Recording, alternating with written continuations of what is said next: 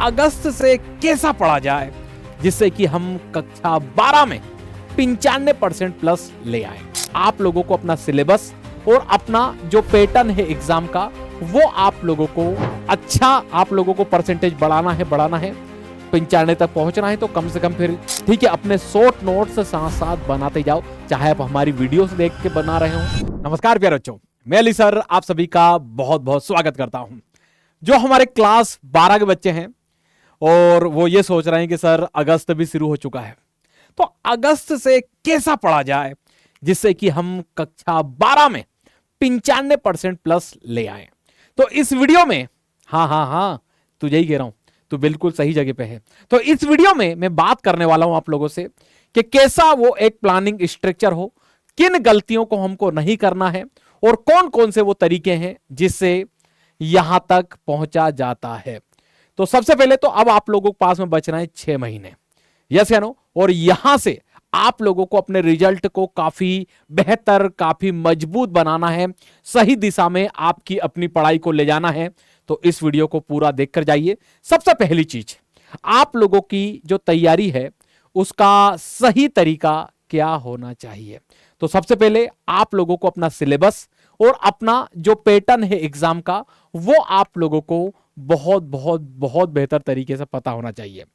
हर subject का, चाहे आपका हिस्ट्री हो, ज्योग्राफी हो, पॉलिटी हो, होम साइंस हो, सिविक्स हो, हिंदी हो, इंग्लिश हो, सबसे पहला काम तुझे अभी अगस्त में भी तुझे कम से कम यह करना है कि तेरा सिलेबस तुझे पता होना चाहिए कि मैं यूपी बोर्ड से हूं तो मेरे इसमें ये चैप्टर है फलाने फलाने सब्जेक्ट में, मैं बिहार बोर्ड से हूं तो मेरे पास हिस्ट्री में ये चैप्टर है, ज्योग्राफी में ये है, या मैं हरियाणा से हूं, एमपी से हूं, सीबीएसई से हूं, कहीं से भी हो भाई, और कौन सा चैप्टर ज्यादा तेरे लिए इंपॉर्टेंट है उसको बढ़िया से मार्क तू कर ले भाई।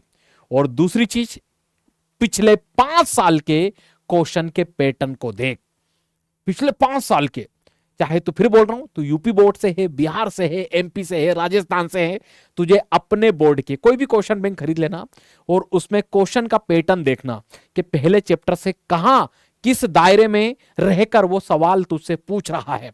आगे बढ़े हम लोग, रोज का रूटीन बना लो एक, ठीक है, उसको इस प्रकार से बांट दो भैया कि 2 घंटे में थ्योरी पढ़ूंगा, है ना, चाहे हिस्ट्री की पढ़ूं, ज्योग्राफी की पढ़ूं, 2 चैप्टर ले लो, 3, मतलब जो आपके कोर सब्जेक्ट है, हिस्ट्री, ज्योग्राफी, पॉलिटी ले लो, ठीक है, और 2 घंटे कम से कम आप लोग हिंदी इंग्लिश को भी देंगे। हिंदी इंग्लिश को कई बच्चे आखिरी में पढ़ते हैं, नहीं भाई, हम अभी से ही लेकर चलेंगे। तो किसी दिन हिंदी को ले लो, किसी दिन इंग्लिश को ले लो, और 1 घंटा कम से कम आप लोग क्या करो, रिवीजन करो, और 30 मिनट आंसर राइटिंग के जरूर आप लोगों को रखना है।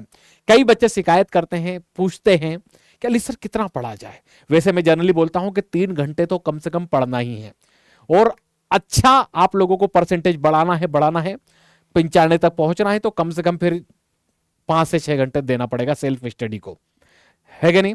चलिए आगे बढ़ते हैं। तो ये आप लोगों का रूटीन होना चाहिए बेटा, कम से कम, है ना। फिर बता रहा हूं, अगर आपके पास थ्योरी सब्जेक्ट हिस्ट्री है ना, हिस्ट्री है, ज्योग्राफी है, पॉलिटी है, तो ये आप लोगों के थ्योरी सब्जेक्ट हैं, है ना। इसके अलावा हिंदी इंग्लिश को मैंने अलग से रखा है। 1 घंटा रिवीजन करो और फिर 30 मिनट कम से कम आंसर राइटिंग, 1 से 2 क्वेश्चन आप लोगों को करना है। इसके बाद क्या करना है अली सर, तो बेटा याद रखना, आपको एनसीईआरटी तो कम से कम रखना ही है। और अगर आप जैसे बिहार बोर्ड है ना, या आप यूपी बोर्ड है, तो आपने जो बोर्ड बुक चलती हो आपके यहाँ पे कोई, उसको कम से कम देख लें, क्योंकि ये बहुत आईएमपी आप लोगों के लिए होने वाली है। एनसीईआरटी को लाइन बाय लाइन अच्छे से क्या कर लो भाई, पढ़ डालो, बढ़िया से, रटना नहीं है, पढ़ना है बस। और कुछ भी इंपॉर्टेंट पॉइंट लगता है तो उसको अंडरलाइन कर लो, ठीक है। अपने शॉर्ट नोट्स साथ साथ बनाते जाओ, चाहे आप हमारी वीडियोस देख के बना रहे हो, या यूट्यूब पे कोई और वीडियो देख रहे हो, या एनसीईआरटी पढ़ रहे हो, अपने शॉर्ट नोट्स बनना चाहिए। ये एग्जाम में बहुत हेल्प करते हैं बेटा, बहुत बहुत ज्यादा हेल्प करते हैं, ठीक है। तो पहली चीज हम लोगों ने सिलेबस पे बात की, दूसरी चीज पढ़ने का रूटीन क्या हो, और इसके बाद हम लोगों ने बात की एनसीईआरटी या आपकी बोर्ड बुक के ऊपर। अब आते हैं राइटिंग प्रैक्टिस शुरू करो, है ना। तो रोज आपको कम से कम, मैंने अभी पीछे बताया कि 30 मिनट तो लिखना ही है, रोज आंसर लिखना है, अपनी हैंड राइटिंग को सुधारना है, गंदी लिखते हो तो रोज सुधारो भैया, लिख लिख के। हेडिंग पॉइंट फॉर्मेट का यूज करना, मतलब पॉइंट टू पॉइंट आंसर लिखना है। जैसे क्वेश्चन आ जाए हड़प्पा सभ्यता के पतन, यस या नो बेटा, तो हेडिंग आप लोगों को यूज करनी है और सीधे पॉइंट टू पॉइंट यू उसका आंसर देना है, क्योंकि आपकी बोर्ड में प्रेजेंटेशन का बहुत बहुत बहुत इंपॉर्टेंट आप लोगों को देखने को मिलता है। कई लोग कहते हैं कि नहीं नहीं आप तो भर भर के लिखो, कॉपी भरो, वो सारी की सारी मिथ हैं। उससे सिर्फ तुम पास हो सकते हो, टॉपर नहीं बन सकते। जिस बच्चे को भी टॉपर बनना हो तो याद रखना, तुझे अपना प्रेजेंटेशन बहुत अच्छा करना होगा। अपने वीकली टारगेट, टॉपर बच्चे सब यही करते हैं भैया, वीकली टारगेट बना लो। संडे के दिन दूसरा कुछ नया पढ़ो ही मत। तुमने जो पिछले एक हफ्ते में जितनी भी चीजें पढ़ी हैं, जितने भी चैप्टर पढ़े हैं, उनको फिर से क्या कर लो भैया, रिवाइज कर लो, है ना। और तुम कहां वीक हो उससे ये पता चल जाएगा, और कौन सा सब्जेक्ट में तुम पीछे चल रहे हो ये भी सारी पता चलती रहेंगी चीजें। तो वीकली टारगेट बनाओ और संडे के दिन सारी चीजें चेक कर लो कि कहां पीछे चल रहे हो, कहां नहीं चल रहे हो। पीवाईक्यू जरूर लगाओ। ये भी एक, वो बच्चे जो टॉपर बच्चे हैं वो चीजें करते हैं। मैंने अभी पीछे बताया था, कम से कम पिछले 5 साल के जो आपके प्रीवियस ईयर क्वेश्चन पेपर हैं उनको सोल्व करो, पीवाईक्यू क्वेश्चन। उसमें से इंपॉर्टेंट जो क्वेश्चन है वो तुमको पता चलेंगे, क्योंकि वो 5 साल में कुछ कॉमन क्वेश्चन होंगे। आंसर राइटिंग इंप्रूव होगी, और तीसरी चीज तुम्हारा महत्वपूर्ण तरीके से कॉन्फिडेंस बिल्ड होगा। और सारा खेल कॉन्फिडेंस का ही तो है यार बेटा, है कि नहीं।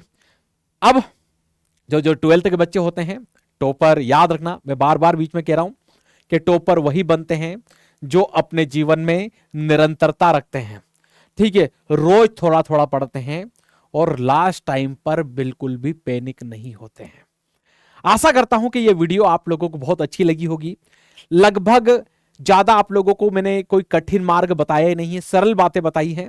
बस अपनी इन सारी चीजों को अपनी आदत बना लो, हैबिट बना लो। लिख के दे रहा हूं, तुझे टॉपर बनने से तेरे बोर्ड में कोई भी नहीं रोक रहा है। तो चलिए फिर मिलते हैं अगली वीडियो में, तब तक के लिए टाटा बाय बाय, जय हिंद, जय भारत।